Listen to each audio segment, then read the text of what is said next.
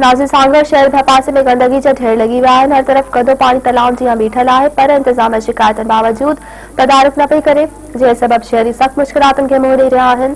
वधीक तफ़सील ॾिसूं था नादिर बुर्दी जी इन रिपोर्ट में। नाज़रीन, इन वक्त मां सांगड़ शहर जे मेन रोड पाखोड़ रोड ते मौजूद आहियां। तव्हां मुंहिंजे बैक साइड ते ॾिसी सघो था त सांगड़ बल्दिया जी नाअहली सबब गुज़िरियल 6 महीननि खां शहर अंदरि सफ़ाई न हुअण जे करे कटण जो गंदो पाणी मेन रोडनि ते निकिरी आयो आहे, जंहिं सबब शहरी जेके सख़्त मुश्किलातनि खे मुंहुं ॾेई रहिया आहिनि। अचो त इन हवाले सां हिते जे शहरनि सां ॻाल्हि ॿोल कयूं त उन्हनि जो छा चवणु। शहर खे ॾिसो पिया उनजी हालतूं छा आहिनि।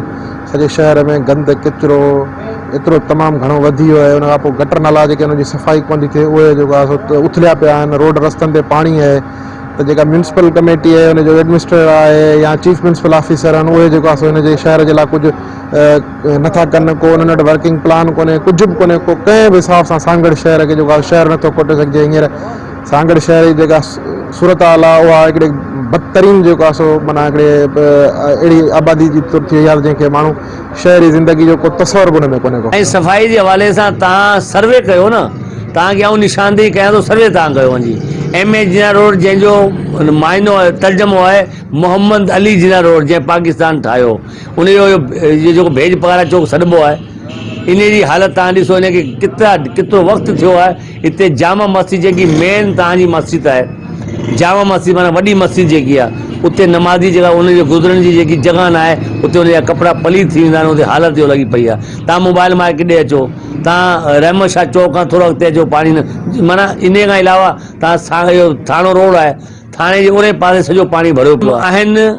कुझु रिटायर थी विया आहिनि, ॿी जेकी नौकरियूं पयूं आहिनि मुस्लमाननि में भर्ती थियल आहिनि, उन्हनि खां अलावा जेको सो हो ॿुधाए सघनि था त छा जो सभु उहो त ॿुधाईंदा ई, ऐं थो ॿुधाए सघां। ऐं त माना हिकिड़ो सुवालु करे सघां थो त मां मुंहिंजो सुवालु इहो आहे त आख़िर मुलाज़िम आहिनि त कमु छो नथा कनि, जे आहिनि त केतिरा आहिनि, उहो ॿुधायो वञे, मीडिया खे ॿुधायो वञे। तो त मूंखे 50 साल थिया हिन शहर खे ॾिसंदे, पर अहिड़ी हालत जेको आहे उहो कॾहिं बि न थी आहे जेको हींअर असां सां जेको आहे तादी आहे हिते जे माण्हुनि सां।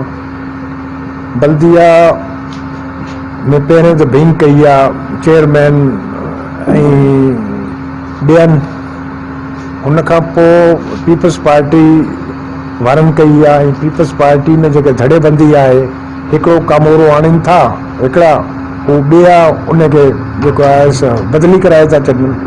नतीजो हीअ आहे त उहो कमु सॼो रुलियो पियो आहे। बजट आहे 2.5 करोड़ खां मथे, त हू केॾांहुं थो वञे, असांजी ॻाल्हि सम्झ में ई नथी अचे।